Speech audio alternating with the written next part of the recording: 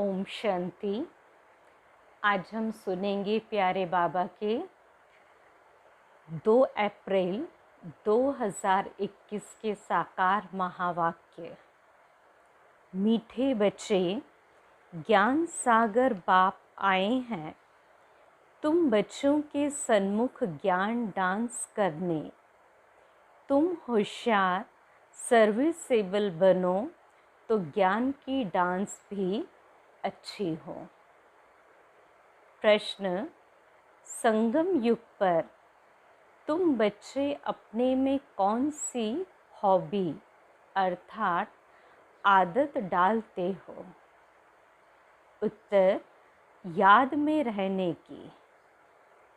यही है रूहानी हॉबी। इस हॉबी के साथ साथ तुम्हें दिव्य और अलौकिक कर्म भी करने हैं। तुम हो ब्राह्मण, तुम्हें सबको सच्ची सच्ची कथा ज़रूर सुनानी है। सर्विस की भी तुम बच्चों में हॉबी होनी चाहिए। गीत है धीरज धर मनवा धीरज धर। ओम शांति। जैसे कोई हॉस्पिटल में बीमार होते हैं तो पेशेंट दुख से छूटने की आश रखते हैं। डॉक्टर से पूछते हैं क्या हाल है, कब यह बीमारी छूटेगी। वह तो सब हैं हद की बातें, यह है बेहद की बात। बाप आकर बच्चों को राय देते हैं, यह तो बच्चे जान चुके हैं कि बरोबर सुख और दुख का खेल है। यूं तो तुम बच्चों को सतयुग में जाने से भी जास्ती फायदा यहाँ है, क्योंकि जानते हो कि इस समय हम ईश्वरीय गोद में हैं। ईश्वरीय औलाद है। इस समय हमारी बहुत ऊंच से ऊंच गुप्त महिमा है। मनुष्य मात्र बाप को शिव, ईश्वर, भगवान भी कहते हैं, परंतु जानते नहीं हैं, बुलाते रहते हैं। ड्रामा अनुसार ही ऐसा हुआ है। वह कहते बच्चे, ज्ञान और अज्ञान दिन और रात गाते भी आते हैं, परंतु तमो प्रधान बुद्धि ऐसे बन गए हैं जो अपने को तमो प्रधान समझते ही नहीं हैं। किसकी तकदीर में बाप का वर्षा हो तब तो बुद्धि में बैठ सके। बच्चे जानते हैं कि हम बिल्कुल ही घोर अंधियारे में थे, अब बाप आया है तो कितना सोझरा मिला है। बाप जो नॉलेज समझाते हैं वह कोई भी वेद शास्त्र ग्रंथ आदि में नहीं है। वह भी बाप सिद्ध कर बताते हैं। तुम बच्चों को रचता और रचना के आदि मध्य अंत की रोशनी देता हूँ। वह फिर प्रायः लोप हो जाती है। मेरे बिगर फिर किसको ज्ञान मिल न सके। फिर यह ज्ञान प्रायः लोप हो जाता है। समझ में आता है कि कलयुग पास्ट हुआ, फिर 5000 वर्ष बाद रिपीट होगा। यह है नई बात, यह तो शास्त्रों में है नहीं। बाप तो यह नॉलेज सभी को एक जैसी पढ़ाते हैं, परंतु धारणा में नंबरवार है। कोई अच्छे सर्विसेबल बच्चे आते हैं तो बाबा का डांस भी ऐसा चलता है। डांसिंग गर्ल के आगे देखने वाले बहुत शौकीन होते हैं तो वह भी खुशी से बहुत अच्छा डांस करती है। थोड़े बैठे होंगे तो कॉमन रीति से थोड़ा डांस करेगी। वाह वाह करने वाले बहुत होंगे तो उनका भी उल्लास बढ़ेगा। तो यहाँ भी ऐसे है। मुरली सब बच्चे सुनते हैं, लेकिन सन्मुख सुनने की बात और है ना। यह भी दिखाते हैं कि कृष्ण डांस करता था। डांस कोई वह नहीं, वास्तव में है ज्ञान की डांस। शिव बाबा खुद बताते हैं कि मैं ज्ञान की डांस करने आता हूँ, मैं ज्ञान का सागर हूँ। तो अच्छी अच्छी पॉइंट्स निकलती है। यह है ज्ञान की मुरली, काठ की मुरली नहीं है। पतित पावन बाप आकर सहज राजयोग सिखलाएंगे या लकड़ी की मुरली बजाएंगे, यह किसके ख्याल में नहीं होगा कि बाप आकर ऐसे राजयोग सिखाते हैं। अभी तुम जानते हो, बाकी कोई भी मनुष्य मात्र को यह बुद्धि में आ न सके। आने वालों में भी नंबरवार पद आते हैं। आने वालों में भी नंबरवार पद पाते हैं।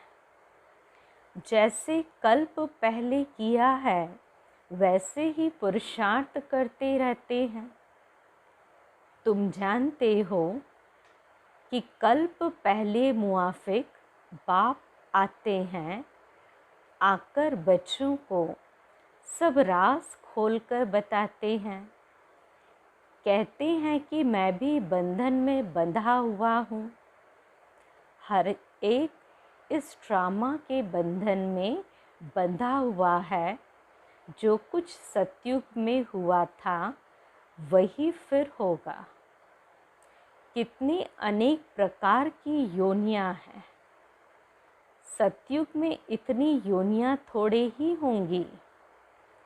वहाँ तो थोड़ी वैरायटी होती है, फिर वृद्धि को पाते रहते हैं। जैसे धर्म भी बढ़ते जाते हैं ना। सतयुग में तो थे नहीं।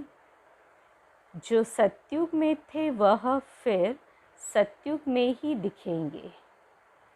सतयुग में कोई भी छीछी गंध करने वाली चीज़ हो न सके। उन देवी देवताओं को कहते ही हैं भगवान भगवती। और कोई खंड में कभी भी किसको गॉड गॉडेस कह नहीं सकते। वह देवताएं ज़रूर हेवन में राज्य करते थे। उनको देखो गायन कितना है। तुम बच्चों को अभी धीरज आ गया है। तुम जानते हो हमारा मर्तबा कितना ऊंच है। वह कम है। हम इतने मार्क्स से पास होंगे। हर एक अपने को समझ तो सकते हैं ना कि फलाना अच्छी सर्विस कर रहा है। हाँ, चलते चलते तूफान भी आ जाते हैं। बाप तो कहते हैं कि बच्चों को कोई भी ग्रहचारी तूफान आदि न आए। माया अच्छे अच्छे बच्चों को भी गिरा देती है। तो बाप धीरज देते रहते हैं कि बाकी थोड़ा समय है, तुमको सर्विस भी करनी है, स्थापना हो गई फिर तो जाना ही है, इसमें 1 सेकंड भी आगे पीछे नहीं हो सकता। यह राज बच्चे ही समझ सकते हैं। हम ड्रामा के एक्टर्स हैं, इसमें हमारा मुख्य पार्ट है। भारत पर ही हार और जीत का खेल बना हुआ है। भारत ही पावन था। कितनी पीस प्योरिटी थी, यह कल की ही बात है। कल हमने ही पार्ट बजाया था। 5000 वर्ष का पार्ट सारा नूंधा हुआ है। हम चक्र लगाकर आए हैं, अब फिर बाबा से योग लगाते हैं, इससे ही खाद निकलती है। बाप याद आएगा तो वर्षा भी ज़रूर याद आएगा। पहले पहले अलफ को जानना है। बाप कहते तुम मेरे को जानने से मेरे द्वारा सब कुछ जान जाएंगे। ज्ञान तो बड़ा सहज है, 1 सेकंड का, फिर भी समझाते रहते हैं, पॉइंट्स देते रहते हैं। मुख्य पॉइंट्स हैं मन मना भव, इसमें ही विघ्न पड़ते हैं। देह अभिमान आ जाने से फिर अनेक प्रकार के घुटके आ जाते हैं, फिर योग में रहने नहीं देते। जैसे भक्ति मार्ग में कृष्ण की याद में बैठते हैं तो बुद्धि कहाँ कहाँ भाग जाती है। भक्ति का अनुभव तो सबको है। इस जन्म की बात है, इस जन्म को जानने से कुछ न कुछ पास्ट जन्म को भी समझ सकते हैं। बच्चों को हॉबी हो गई है बाप को याद करने की। जितना याद करते हो उतना खुशी बढ़ती है। साथ साथ दिव्य अलौकिक कर्म भी करना है। तुम हो ब्राह्मण, तुम सत्यनारायण की कथा अमर कथा सुनाते हो। मूल बात एक है जिसमें सब कुछ आ जाता है। याद से ही विकर्म विनाश होते हैं। यह एक ही हॉबी है, रूहानी है। तो बाप समझाते हैं कि नॉलेज तो बड़ी सहज है। कन्याओं का नाम भी गाया हुआ है। अधर कुमारी, कुंवारी कन्या।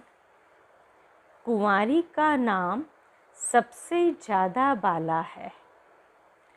उनको कोई बंधन नहीं है। वह पति तो विकारी बना देते। यह बाप तो स्वर्ग में ले जाने के लिए श्रृंगारते हैं, स्वीट सागर में ले जाते हैं। बाप कहते हैं इस पुरानी दुनिया को पुरानी देह सहित बिल्कुल भूल जाओ। आत्मा कहती है कि हमने तो 84 जन्म पूरे किए, अब फिर हम बाप से पूरा वर्षा लेंगे। हिम्मत रखते हैं, फिर भी माया से लड़ाई तो है। आगे तो यह बाबा है। माया के तूफान जास्ती इनके पास आते हैं। बहुत आकर पूछते हैं कि बाबा हमको यह होता है। बाबा बताते हैं कि बच्चे हाँ, यह तूफान तो ज़रूर आएंगे। पहले तो मेरे पास आते हैं, अंत में सब कर्मातीत अवस्था को पालेंगे। यह कोई नई बात नहीं है, कल्प पहले भी हुआ था। ड्रामा में पार्ट बजाया, अब फिर वापस घर जाते हैं।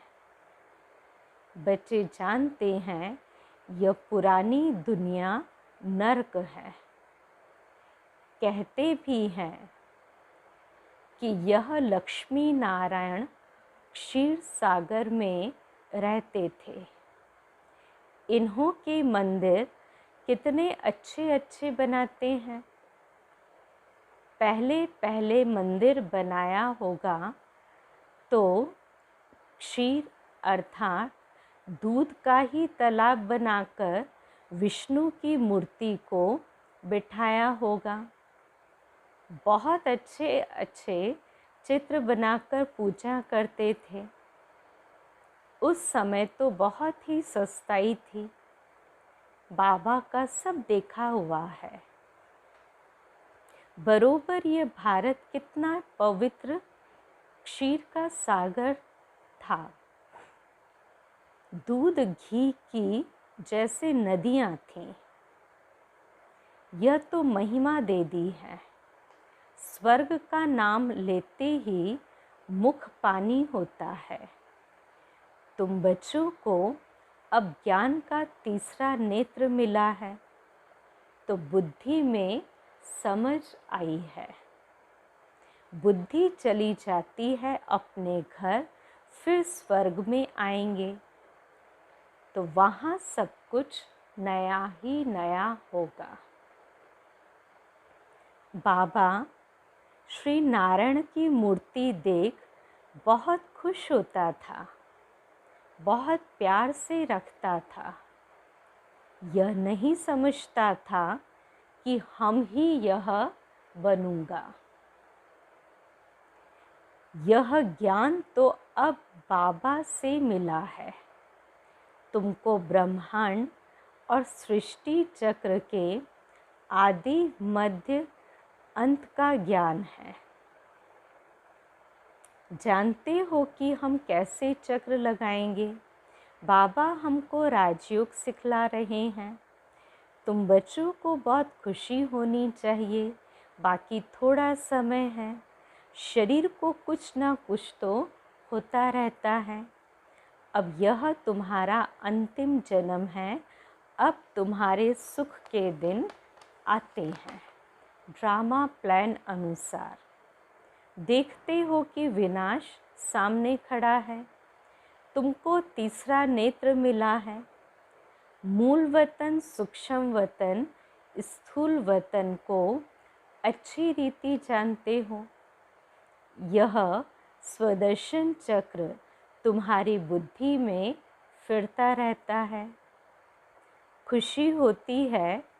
इस समय हमको बेहद का बाप टीचर बन पढ़ाते हैं, परंतु नई बात होने कारण घड़ी घड़ी भूल जाते हैं। नहीं तो बाबा कहने से ही खुशी का पारा चढ़ जाना चाहिए। राम तीर्थ श्री कृष्ण का भक्त था, तो कृष्ण के दर्शन के लिए कितना करते थे। उनको साक्षात्कार हुआ और खुशी हो गई, परंतु उससे क्या हुआ, मिला तो कुछ भी नहीं। यहाँ तो तुम बच्चों को खुशी भी है, क्योंकि जानते हो कि 21 जन्म के लिए हम इतना ऊंच पद पाते हैं। 3 हिस्सा तो तुम सुखी रहते हो। अगर आधा आधा हो तो फिर फायदा हुआ नहीं। तुम 3 हिस्सा सुख में रहते हो। तुम्हारे जैसा सुख कोई देख न सके। तुम्हारे लिए तो सुख अपार है। महान सुख में तो दुख का पता नहीं चलता। संगम पर तुम दोनों को जान सकते हो कि अभी हम दुख से सुख में जा रहे हैं। मुख है दिन तरफ और लात है रात की तरफ। इस दुनिया को लात मारनी है, अर्थात बुद्धि से भूलना है। आत्मा जानती है कि अब वापस घर जाना है। बहुत पार्ट बजाया, ऐसे ऐसे अपने साथ बातें करनी होती हैं। अब जितना बाप को याद करेंगे उतना ही कट निकलेगी। जितना बाप की सर्विस पर रह समान बनाएंगे उतना ही बाप का शो करेंगे। बुद्धि में है कि अब घर जाना है, तो घर को ही याद करना चाहिए। पुराना मकान गिरता रहता है। अब कहाँ नया मकान, कहाँ पुराना मकान, रात दिन का फर्क है। यह तो हूबहू विषय वैतरणी नदी है। एक दो को मारते झगड़ते रहते हैं। बाकी भी बाबा आया है तो बहुत लड़ाई शुरू हो गई है। अगर स्त्री विकार नहीं देती तो कितना तंग करते हैं, कितना माथा मारते हैं। कल्प पहले भी अत्याचार हुए थे। वह अभी की बात गाई जाती है। देखते हो कि कितना पुकारती है। वही ड्रामा का पार्ट बज रहा है। यह बाप जाने और बच्चे जाने और न जाने कोई। आगे चल सबको समझने का है। गाते भी हैं पतित पावन सर्व का सद्गति दाता बाप। तुम कोई को भी समझा सकते हो कि भारत स्वर्ग और नर्क कैसे बनता है। आओ तो हम तुम्हें सारे वर्ल्ड की हिस्ट्री ज्योग्राफी समझाएं। यह बेहद की हिस्ट्री ज्योग्राफी ईश्वर ही जाने और ईश्वर के तुम बच्चे जानो। पवित्रता सुख शांति की कैसे स्थापना होती है, इस हिस्ट्री ज्योग्राफी को जानने से तुम यह सब कुछ जान जाएंगे। बेहद के बाप से तुम ज़रूर बेहद का ही वर्षा लेंगे। यह आकर समझो। टॉपिक बहुत है। तुम बच्चों का तो अब दिमाग ही अर्थात भरपूर हो गया है। खुशी का कितना पारा चढ़ता है। सारी नॉलेज तुम बच्चों के पास है। नॉलेजफुल बाप से नॉलेज मिल रही है। फिर हम ही जाकर लक्ष्मी नारायण बनेंगे। वहाँ फिर यह नॉलेज कुछ भी नहीं होगी। कितनी गुह्य बातें समझने की हैं। बच्चे सीढ़ी को अच्छी रीति समझ गए हैं ना। तो यह चक्र 84 का है। अब मनुष्यों को भी क्लियर कर समझाना है। इसको अब स्वर्ग व पावन दुनिया थोड़े ही कहेंगे। सतयुग अलग है, कलयुग अलग चीज़ है। यह चक्र कैसे फिरता है, यह समझाने में सहज है। समझानी अच्छी लगती है, परंतु पुरुषार्थ कर याद की यात्रा में रहें, यह बहुतों से हो नहीं सकता। अच्छा, मीठे मीठे सिकिलते बच्चों प्रति माता पिता बाप दादा का याद प्यार और गुड मॉर्निंग। रूहानी बाप की रूहानी बच्चों को नमस्ते। हम रूहानी बच्चों की रूहानी बाप दादा को याद प्यार, गुड मॉर्निंग और नमस्ते। धारणा की पहली पॉइंट, इस पुरानी देह और दुनिया को बुद्धि से भूल बाप और घर को याद करना है। सदा इसी खुशी में रहना है कि अभी हमारे सुख के दिन आए कि आए। दूसरी पॉइंट, नॉलेजफुल बाप से जो नॉलेज मिली है उसका सिमरण कर दिमाग को पूर्ण अर्थात भरपूर रखना है। देह अभिमान में आकर कभी भी किसी प्रकार का गुटखा नहीं खाना है।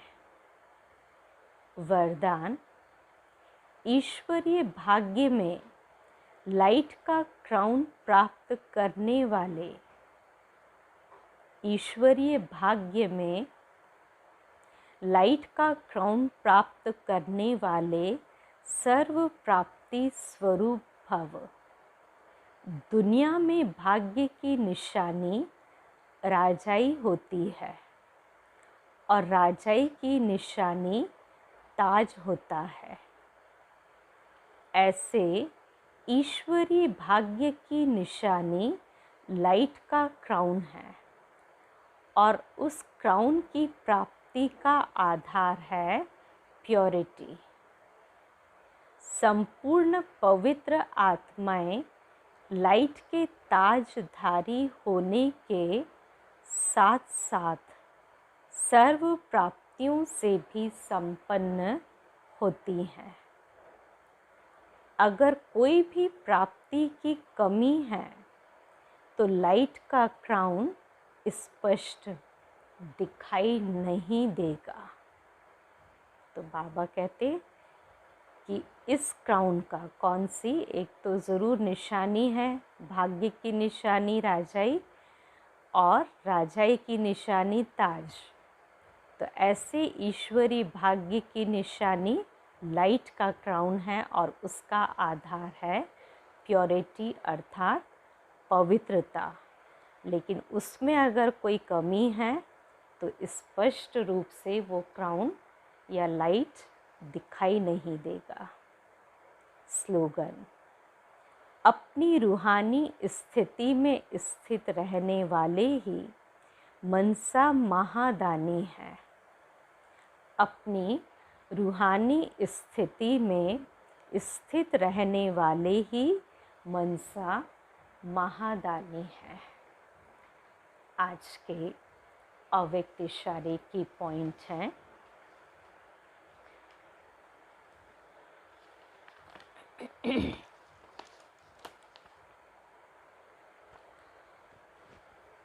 इस महीने का अव्यक्त इशारा चल रहा है अशरीरी स्थिति में स्थित रहने का अभ्यास बढ़ाओ। तो आज 2 तारीख है। जैसे बाप दादा अशरीरी से शरीर में आते हैं वैसे ही बच्चों को भी अशरीरी हो करके शरीर में आना है। अव्यक्त स्थिति में स्थित होकर फिर व्यक्त में आना है। जैसे इस शरीर को छोड़ना और शरीर को लेना यह अनुभव सभी को है, ऐसे ही जब चाहो तब शरीर का भान छोड़कर अशरीरी बन जाओ और जब चाहो तब शरीर का आधार लेकर कर्म करो। बिल्कुल ऐसे ही अनुभव हो जैसे यह स्थूल चोला अलग है और चोले को धारण करने वाली मैं आत्मा अलग हूँ। अच्छा, ओम शांति।